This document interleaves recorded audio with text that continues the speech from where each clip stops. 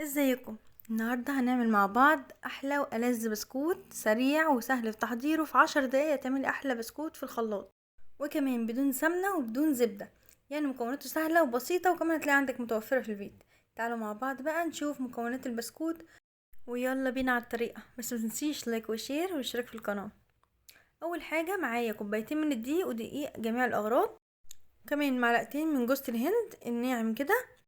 وجوزة الهند هنا اختياري، يعني حابة تضيفيها ضيفيها، مش حابة خلاص. ومعلقة صغيرة ممسوحة من البيكنج باودر، رشة ملح بسيطة جدا، وهضيف معلقتين كبار من النشا. وعندي نص كوباية من الزيت، وعندي نص كوباية من السكر، والسكر يكون بودر عشان هيفرق معاكي في النعومية بتاعة البسكوت. وكمان بضاية والفانيليا. بس كده، هي دي المكونات بتاعتنا، مش هنحتاج حاجة تاني. بعد كده هنجيب الخلاط، هضيف البيضة وهحط عليها نص كوباية من السكر، وكمان هنحط الفانيليا، وهديهم ضربة كده مع بعض. وبعد كده هنضرب بقى بعد كده المكونات كده مع بعضها كويس في الخلاط. حطينا نص كوباية من السكر، عليها بيضاية، عليها رشة من الفانيليا السايلة. لو عندك بودر برضو استخدميها كويسة. وبعد ما يتضربوا مع بعض كويس كده، هقلب الجوانب عشان كل السكر يدوب. وهنا لازم يكون السكر بودرة، عشان هو هيخلي معاكي البسكوت يطلع ناعم كده وحلو، ما يبقاش فيه حبيبات او بيقرمش معاكي. بعد ما تتضرب مع بعض كده كويس، هضيف عليها نص كوباية من الزيت، والزيت هنا يكون زيت حلو. وبعد ما يختلطوا مع بعض ويبقى شبه كده القوام بتاع الكيك كده وناعم، هجيب بقى البولة بتاعتي اللي احنا حاطين فيها الدقيق والبيكنج باودر والجوز الهند ورشة الملح ومعلقتين النشا، وهقلبهم كده مع بعض كويس عشان يختلطوا مع بعض. وبعد كده هننزل عليهم بالخليط اللي احنا عملناه كده. خلاص قلبنا المكونات بتاعتنا كويس. هنزل بقى بالخليط بتاع الزيت والسكر والبيض والفانيليا. هنقلب بقى المكونات كده بتاعتنا الاول بالسباتيولا كده. هقلب كده الجوانب وندخل الدقيق كده مع الخليط السائل اللي احنا عملناه.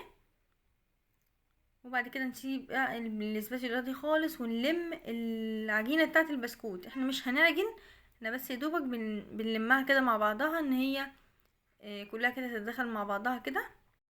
لمي بقى العجينه بتاعتك كده كلها مع بعض لغايه لما تبقى بالشكل ده. بصوا كده بقت جاهزه معايا وحلوه.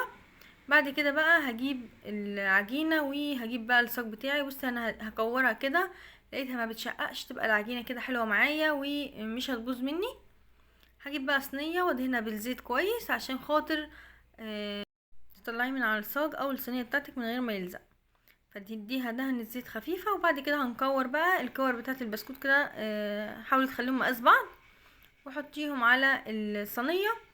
وبعد كده بقى هنجيب طريقه تشكيل سهله جدا وبسيطه، مش هنخليكي بقى تحتاسي في تشكيلها، يا اما بالمعلقه يا اما بغطا الازازه. دي طريقة التشكيل. عندك بقى اي قطاعة او اي حاجة من بتاعة الكحك او كده او البسكوت، شكلي بيها حسب ما انت عايزة.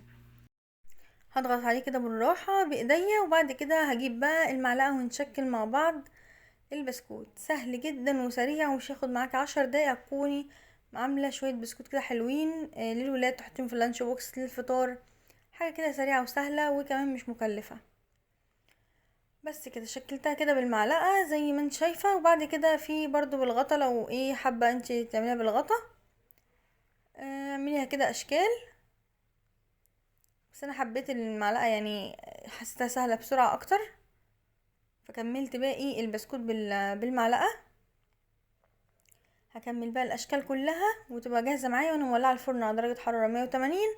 هندخل الفرن بتاعنا ونسيبه حوالي 10 دقايق، واطلع البسكوت على طول. اول ما ياخد لون من تحت ندفع عليه عشان ما يتلسعش منك. وادي البسكوت بعد ما خرج من الفرن، شكله تحفة وريحته جميلة جدا. وكمان بصوا البسكوتة كده حلوة، ده كده كمان لسه ما بردتش قوي. بصوا مستوي والسوا بتاعه مظبوط، هو يدوبك 10 دقايق، وحسب فرنك برضو خدي بالك. بس كده البسكوت بتاعنا بقى جاهز. هجيب بقى ايه طبق كده ونطلعه. بصوا البسكوتة طلع حلوة كده وجميلة. طريقة سهلة للبسكوت، في 10 دقايق عملنا احلى بسكوت في البيت. يا رب يكون عجبتكم الطريقة، ولو عجبتكم الطريقة متنسوش تعملوا لايك وشير مع كوباية شاي بقى كده حلوة، ودوقي بقى احلى بسكوت هتعمليه من عمايل ايديكي. وبس كده. لو عجبكم الفيديو بقى متنسوش تعملوا لايك وشير، ولو عندكم فيديوهات حلوة عايزين تعملوها او فكرة حلوة قولي في الكومنت ونعملها مع بعض سوا. باي باي، كنت معاكم من مطبخ لينا.